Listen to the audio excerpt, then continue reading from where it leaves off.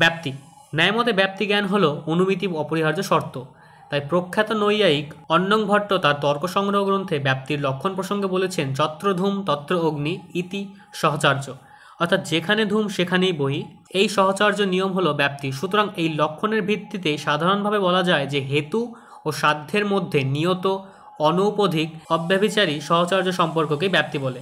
যেমন যেখানে ধূম দেখে অনুমান করি পর্বতটিতে বহি আছে, সেখানে পর্বত হলো পক্ষপদ, ধূম হলো হেতুপদ, বহি হলো সাধ্যপদ। এর দ্বারা বোঝায় অনুমানের মূল ভিত্তি হলো ব্যাপ্তি জ্ঞান। শ্রেণীবিভাগ।